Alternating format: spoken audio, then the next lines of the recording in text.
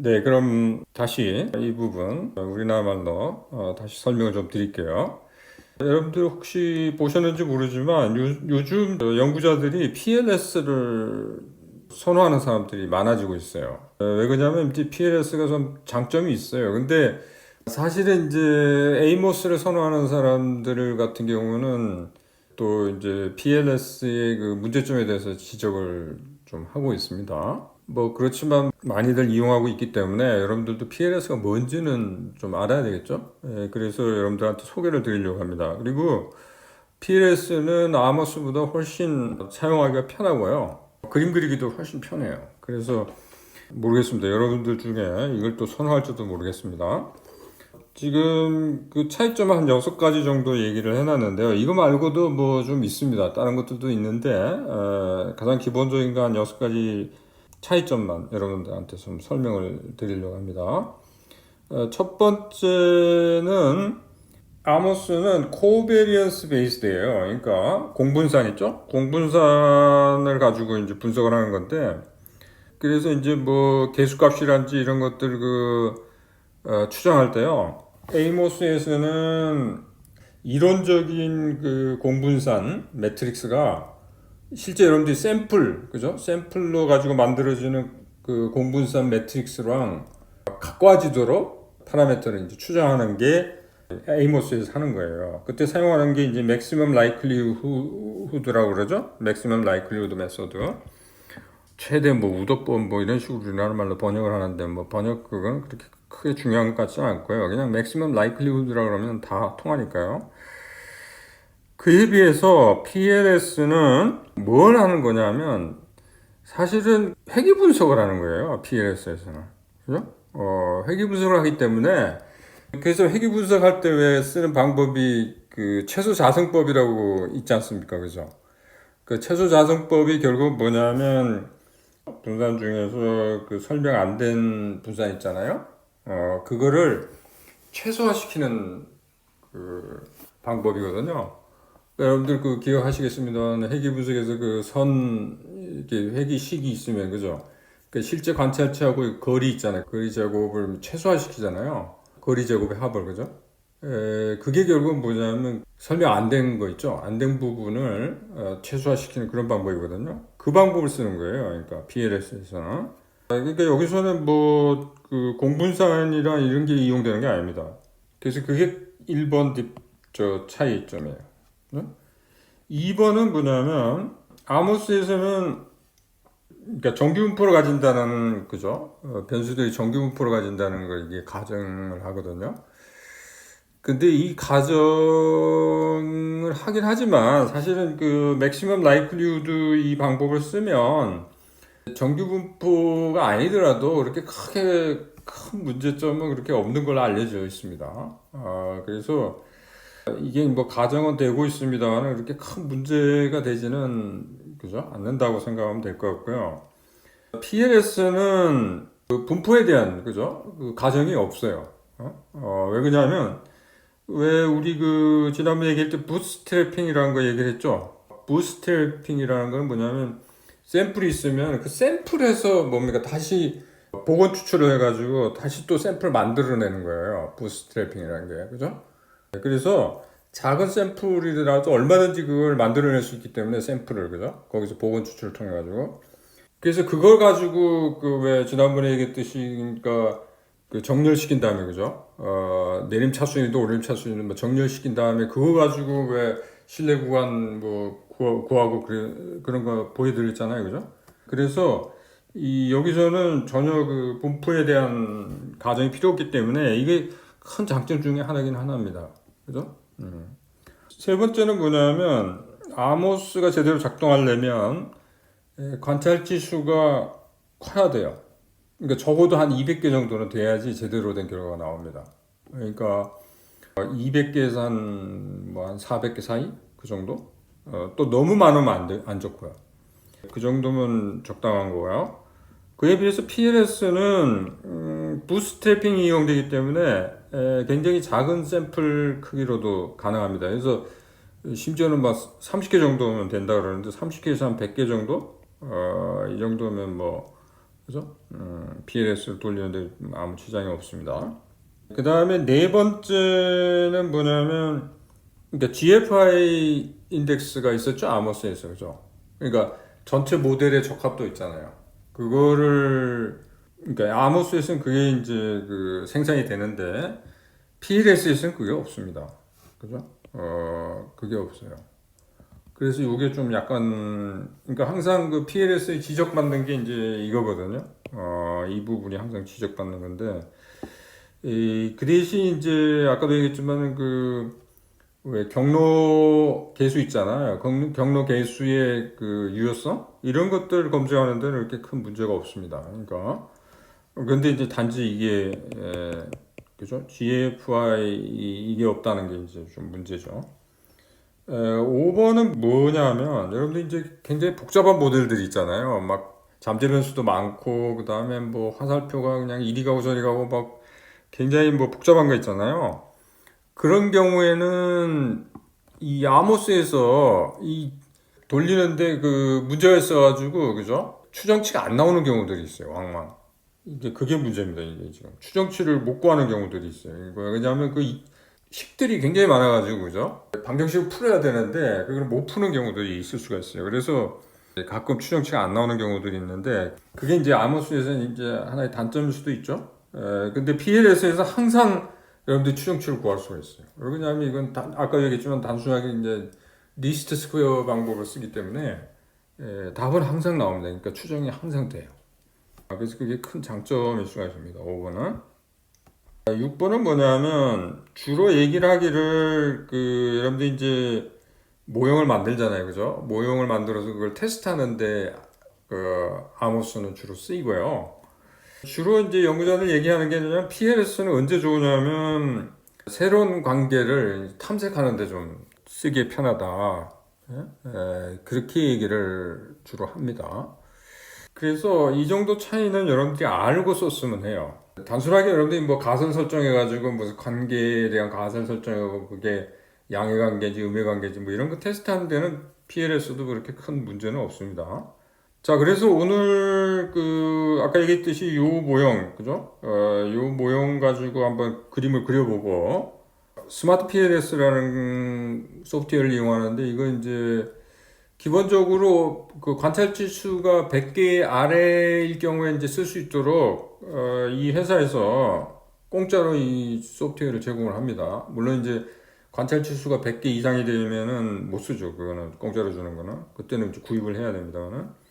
그래서 요거 사용해 갖고 여러분들한테 한번 보여드릴 거고요. 스마트 PLS에서 사용하는 그 자료 파일은요. CSV 파일이라는 게 있습니다. CSV 이제 확장자가 CSV인데 이거는 이제 텍스트 파일이에요. 일종의 텍스트 파일이에요. 그래서 어떻게 하냐면 여러분들 이제 그 자료 수집한 다음에 이제 코딩 하잖아요. 그거를 이제 SPSS에다가 이제 코딩을 합니다. 뭐 엑셀에다 해도 괜찮습니다. 코딩을 해서 로 데이터요. 그걸 코딩한 다음에 그거를 저장을 할 때, 그죠? 저장할 때 왜 여러분들 그 파일 형식 지정하는 부분 있잖아요. 거기 가가지고 CSV라는 걸 택해야 됩니다. 그래갖고 저장을 해야 돼요. 그러니까 아모스에서는 왜 이거 로 데이터 그대로 사용하든지 아니면 그거를 그죠? 공분산 매트릭스로 만들든지 뭐 코릴레이션 상관계수 그 매트릭스 만들든지 뭐 그렇게 쓰잖아요. 근데 이 경우에는 CSV 파일을 만들어 가지고 사용을 한다. 그거를 여러분들이 알아두시면 되겠습니다. 자, 여러분들 그 PLS를 이용하는 방법은 뭐냐면 처음에 여러분들이 이제 이걸 클릭을 해갖고 여기 파일을 가든지 그러니까 여기 보면은 파일에 가면은 Create New Project라는 게 있잖아요. 그러니까 프로젝트를 맨 처음에 만들어야 돼요. 그러니까 새로운 프로젝트를 이거를 클릭을 하든지 이걸 클릭을 하면은 이제 프로젝트를 만들게 되죠. 그래서 뭐 예를 들면 테스트2라고 만듭시다. 그러면은 여기 이제 프로젝트 이름이 나와요. 여기 그죠?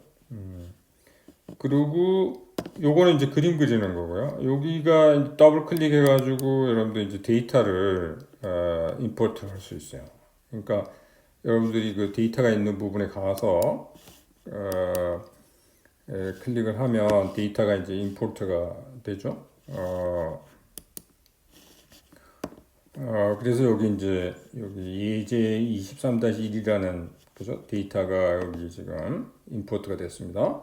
그래서 아까도 얘기했지만 이게 이제 데이터에 대한 그 요약 정보죠. 그 다음 그림을 그리려면 요거를 클릭을 해야 된다 그랬죠? 그래서 이제 이런 게 나오는데 여기도 뭐 여러분들이 뭐 여러 가지 할 수 있습니다만 이거는 여기 지금 닫읍시다. 그래서 그림 그릴 때 그냥 그죠? 잠재 변수를 먼저 이렇게 세 개를 그리도록 합시다. 셀렉트를 해가지고 여러분들이 언제든지 이동이 가능하니까요. 자, 그 다음에 여기 보면은 이제 여러분들 그 데이터 세트에 있는 그 변수 이름들이 있죠. 그래서 뭐 예를 들면 이걸 먼저 이름을 붙입시다. 그러면 이 이름을 HS라고 이름을 붙이도록 합시다. 그 다음에 요거는 HC라고 이름을 붙이도록 하겠습니다.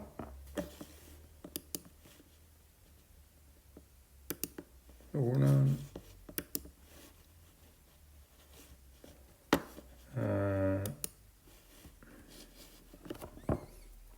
QL 그 다음에 뭐 이거를 먼저 해도 됩니다. 이 화살표를 여기로 연결해야 되죠. 여기 중요한 건 아무 수에서는 그냥 연결하면 화살표가 자동으로 생기는데 이쪽도 클릭을 해줘야 됩니다. 끝부분에. 그러니까 여기서 클릭을 해서 일로 가가지고 여기도 클릭을 해줘야 이게 화살표가 돼요. 그거만 좀 주의를 하시고. 그 다음에 이 indicate 변수들을 요건 shift 키를 눌러서 두 개를 동시에 일로 옮기도록 하겠습니다. 그 다음에 또 shift 키 눌러서 요거를 두 개 동시에 일로 이동을 시키고요. 그 다음에 세 개를 그죠? 동시에 일로 이동을 시키도록 하겠습니다. 요 방향 전환은 뭐 아까 여기서도 해도 되는데요. 그래서 뭐 select를 눌러서 이걸 누르면 여기 있잖아요. 여기 아까 그 오른쪽 버튼 눌렀을 때랑 똑같은 역할을 합니다.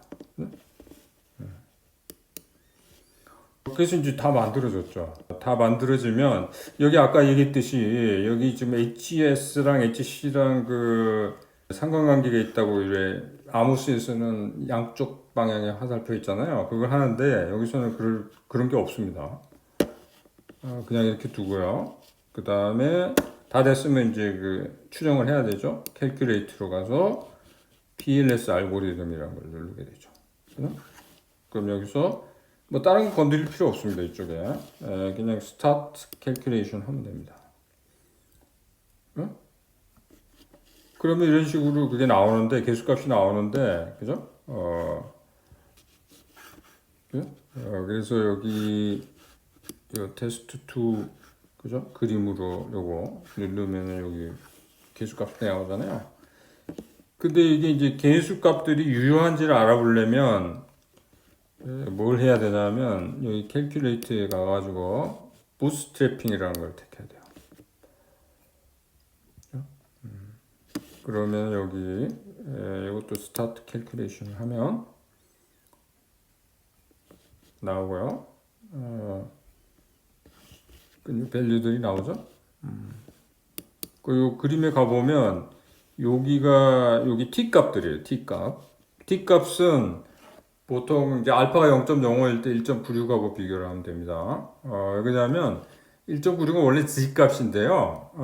근데 이제 여기는 이제 부스트래핑을 하면 굉장히 많은 수의 그게 샘플이 생성이 되는 거거든요. 그래서 t 값이 z 값하고 거의 비슷해지거든요. 그래서 알파 0.05일 때 1.96하고 비교를 하면 됩니다. 이 값이 1.96보다 크면 기무가설이 기가가 돼요. 근데 여기서 보면 이 둘 다 1.96보다 작죠. 그래서 이 경로하고 이 경로의 그 개수도 있잖아요. 이게 별로 유의하지 않다는 게 여기서 결론입니다. 그러니까 이 모델은 별로 그렇게 좋지가 않은 모델이라는 게 여기 판명됐죠. 그게 답니다. 여기 지금 요 부스트래핑 한 다음에 여기 보면은 여러 가지 그들을 여러분들 확인할 수 있죠. 만약에 인디렉트가 있다면은 그죠? 우리가 매개 효과라는 거 있잖아요. 이런 것들을 눌러보면 되고요. 여기에 지금 다 여기 이제 그림하고 뭐 이런 것들 여러분들이 눌러보면은 이제 그림도 나오고 여기 아까 얘기했지만 개수값 보려면은 그죠? PLS 알고리즘이라는 거를 누르면 되고요.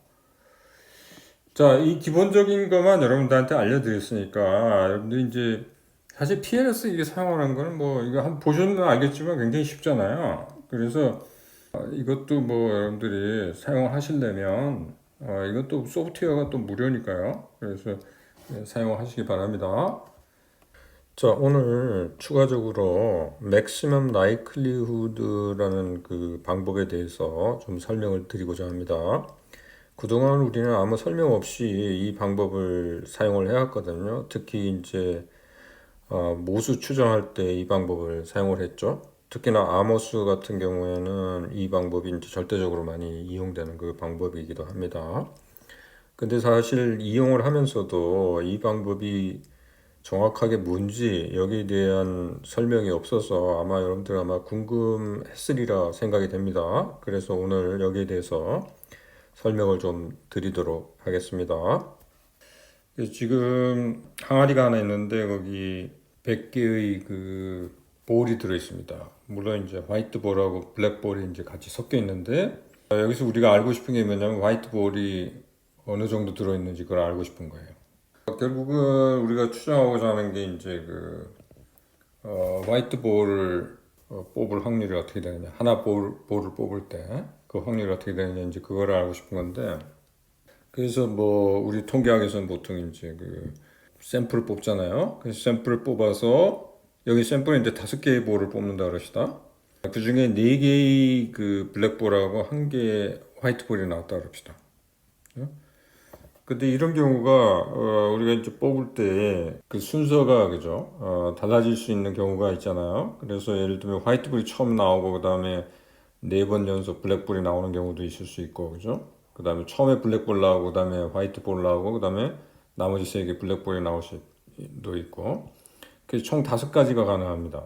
그죠? 5가지 가능한데 각각의 경우에 그죠? 확률을 우리가 한번 계산을 해보면 만약에 화이트볼을 뽑을 확률이 P라고 했을 경우에 물론 이 볼 뽑는 것들은 다 독립적이죠. 그래서 독립적이기 때문에 이 확률들을 다 곱하면 되죠. 그죠? 그래서 첫 번째 WBBBB 이거는 어떻게 되냐면 화이트볼을 뽑을 확률 곱하기 블랙볼을 뽑을 확률 그게 1-P죠. 그거가 4개가 있잖아요. 그래서 4승 이렇게 되죠. 다음 것도 마찬가지입니다. BWBBB도 물론 1-P 곱하기 P 곱하기 1-P의 3승이 되겠습니다만은 그걸 다시 정리하면 위랑 똑같죠? P 곱하기 1-P의 4승 그죠? 그래서 이 확률들을 다 더해주면 P 곱하기 1-P의 4승이 5개가 있는 셈이잖아요. 그죠? 그래서 5개는 물론 5를 곱해주면 됩니다만 5C1 5개 중에 하나가 화이트볼일 경우의 수 그죠? 이거 보통 이렇게 표현을 합니다만 5C1 이 C는 이제 컨비네이션이죠 조합 그죠? 그래서 이런 식으로 써줄 수가 있어요 그죠? 이게 여기 소위 말하면 그러니까 우도 함수라고 그러는데 이거를 우도 함수라고 하는데 실질적으로 이 식은 어디서 나오냐면 여러분들이 그 이항분포라고 혹시 들어보셨죠? 그 이항분포 식입니다 이게 결국은. 그래서 여기서는 이제 우도 함수가 이렇게 되는데 결국은 여기서 흰 공을 뽑을 확률 그 P를 추정을 어떻게 하는 거냐면 여기 P 값을 대입을 하면은 그 우도 함수 값들이 나오잖아요 그죠? 그 P라는 건 물론 이제 0에서 1 사이의 값 아닙니까?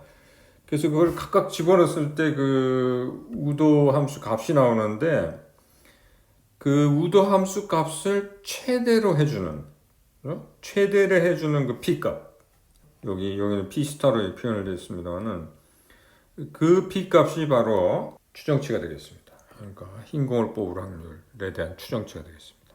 그죠? 이게 그 기본 개념이에요. 네?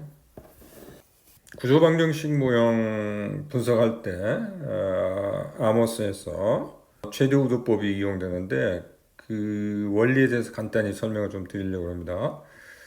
그래서 결국 그때 얘기했듯이 그 파라미터 추정할 때 샘플로부터 만들어지는 공분산 매트릭스가 있다 그랬죠? 이게 이제 observed covariance matrix인데 이거하고 그 다음에 그 구조 방정식에서 만들어주는 뭐에 그때 그 식들 만들어 가지고 그죠? 식들 만들어 가지고 그 방정식을 풀게 되면 나오게 되는 이제 그 값들 그걸 이용한 공분선 매트릭스가 있는데 그걸 이제 estimated covariance matrix라고 그러면 이 두 개가 될 수 있으면 이제 그 근접하게 그죠? 근접하게 하는 그 파라미터 값을 추정하는 거잖아요, 그죠?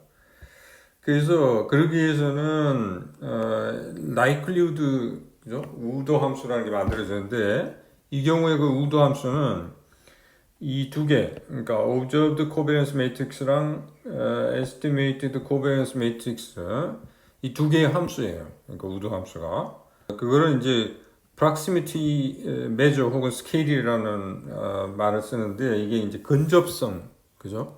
근접성과 관련된 건데 좀 복잡하긴 하지만 그죠? 매트릭스 폼으로 이렇게 나옵니다. 그래서 이 근접성 이 우도 함수를 최대로 만드는 그죠? 이걸 최대로 만드는 파라미터 값을 추정하는 거예요. 그죠? 그게 이제 그 원리입니다. 이게 굉장히 좀 복잡합니다. 이게 이제 그 매트릭스가 나오고 그죠? 매트릭스 나오고 여기 뭐 트레이스라는 용어도 나오고 뭐 그죠? 로그도 이용되고 뭐 굉장히 좀 복잡하게 보이죠? 그래서 이게 뭐 깊이 들어가지는 않고 그 일단 우도 함수라는 게 만들어지고 그거를 이제 최대로 만드는 그 파라미터를 추정한다. 그렇게까지만 여러분들이 좀 아시면 될 것 같아요. 그러면 수고하셨습니다.